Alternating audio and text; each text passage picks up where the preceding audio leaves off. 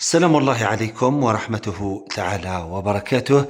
بابتسامة لا تفارق محياه يستقبلنا فضيلة المقرئ مسعود بخوش، ابن ولاية سطيف.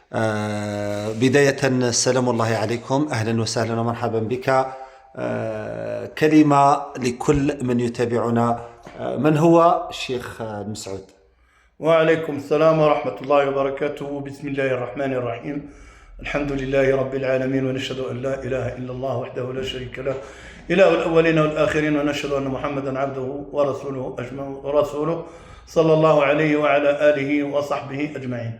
مسعود بخوش من مواليد 19 ماي 1979 بشلغوم العيد. حفظ القرآن الكريم سمعا، ثم تحصل على شهادة الحفظ من الزاوية الحملوية، وكذا من المعهد الإسلامي للإطارات الدينية بتلاغما، وهو متحصل على قراءات 7. الله يبارك. ممكن نسمع لي تلاوة عطرة من أدائك وصوتك فضيلة الشيخ المسعود؟ أعوذ بالله من الشيطان الرجيم.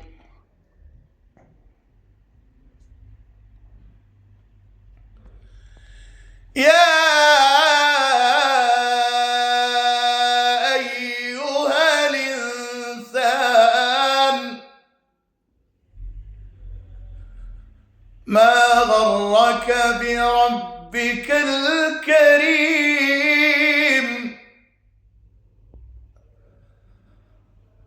الذي خلقك فسواك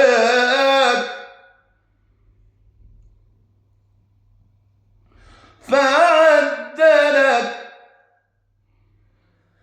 الذي خلقك فسواك فعدلك فسويك فعدلك في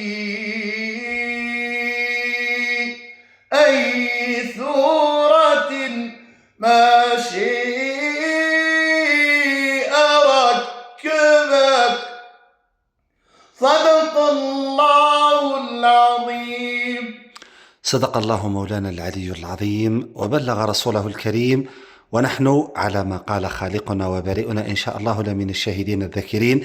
إذا مرة أخرى شكرا على الاستقبال، شكرا على هذه التلاوة العطرة. نسأل الله لك دوام الصحة والعافية إن شاء الله، أن يجعلها في ميزان حسناتك. عفوا ومشكورين أنتم أيضا على زيارتنا وإفلاج صدوركم لنا وفتح قلوبكم لنا.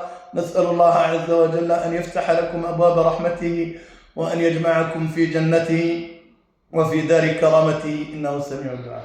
آمين يا رب العالمين. شكرا جزيلا.